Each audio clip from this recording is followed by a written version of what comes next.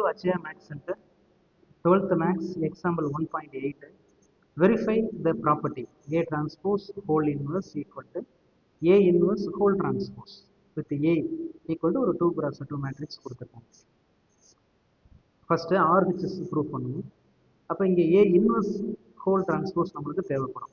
அப்போ அதில் A இன்வர்ஸோட answer நம்மளுக்கு ஃபஸ்ட்டு ஃபைண்ட் பண்ணி வச்சுக்கிறோம். அப்போ A இன்வர்ஸ்னால் நம்மளுக்கு ஃபார்முலா தெரியும், 1/determinant A at GA. அப்போ கிவன் மேட்ரிக்ஸுக்கு நம்ம டிடர்மினண்ட்டும் அட்ஜு மட்டும் ஃபைண்ட் பண்ணி வைக்கணும். ஃபஸ்ட்டு டிடர்மினண்ட் வேல்யூ டயக்னலில் மல்டிபிள் பண்ணி மைனஸ் பண்ணோம்னா ஒரு ஆன்சர் கிடைக்கும் 5.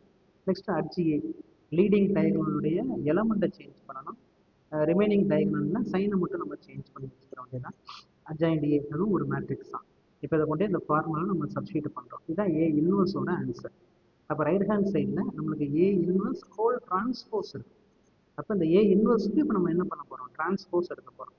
ரைட். அப்போ நீங்கள் டிரான்ஸ்போஸ் எடுக்கும்போது வெளியில் 1/5 இருக்கா கோஎஃபிஷியன்ட், அது வந்து ஒரு கான்ஸ்டன்ட் மாதிரி தான், நம்பர் மாதிரி தான். நம்பருக்கு நம்ம டிரான்ஸ்போஸ் எடுத்தாலும் அதே தான் கிடைக்கும். மேட்ரிக்ஸ் மட்டும்தான் அதனுடைய ரோவை காணாமல் என்ன பண்ணிக்கிறோம், சேஞ்ச் பண்ணிக்கிறோம். அப்போ இப்போ நம்ம ரைட் ஹேண்ட் சைடோட ஆன்சர் ஃபைண்ட் பண்ணியிருக்கோம். A inverse whole transpose equal to அப்படின்னு ஃபைண்ட் பண்ணியாச்சு. இப்போ நெக்ஸ்ட் லெஃப்ட் ஹேண்ட் சைடு.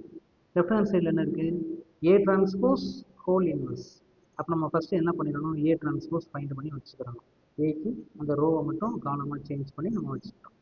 இப்போ இந்த ஏ டிரான்ஸ்போஸுக்கு நம்ம ஒரு இன்வர்ஸ் கண்டுபிடிக்கணும். அப்போ அதனால் அந்த ஏ டிரான்ஸ்போஸ் ஒரு மேட்ரிக்ஸ் தானே, அதை நான் பி அப்படின்னு கன்சிடர் பண்ணிக்கிறேன்.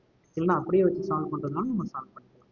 இப்போ பின்னு கன்சிடர் பண்ணியாச்சு. அப்போ நம்ம என்ன பண்ணணும், இந்த பி இன்வர்ஸ் கண்டுபிடிக்கணும்.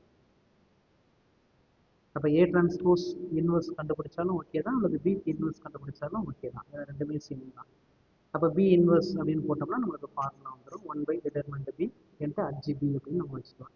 அப்போ இந்த இப்போ நம்மள்கிட்ட வந்து அந்த பிங்கிற மேட்ரிக்ஸ் மேலே இருக்குது, அதுக்கு டிடர்மெண்ட் மட்டும் ஃபைண்ட் பண்ணணும். டயக்னலை மல்டிபிள் பண்ணி மைனஸ் பண்ணிடுவோம், 5 கிடைக்கும். நெக்ஸ்ட் அட்ஜி பி ஃபைண்ட் பண்ணணும். லீடிங் டயக்னல் எலமெண்ட்டை சேஞ்ச் பண்ணுங்கள், ரிமைனிங் டயக்னலுக்கு சைனை மட்டும் சேஞ்ச் பண்ணுங்கள். ஓகே, இதை கொண்டே மறுபடியும் என்ன பண்ணணும், அதில் சப்ஸ்டியூட் பண்ணணும். அதாவது பி இன்வர்ஸில் சப்ஸ்டியூட் பண்ணணும். பி இன்வர்ஸும் ஏ டிரான்ஸ்போஸ் இன்வர்ஸும் சேம் தான். இப்போ பார்த்தீங்கன்னா லெஃப்ட் ஹேண்டு ரைட் ஹேண்டு ஈக்குவலாக இருக்குது.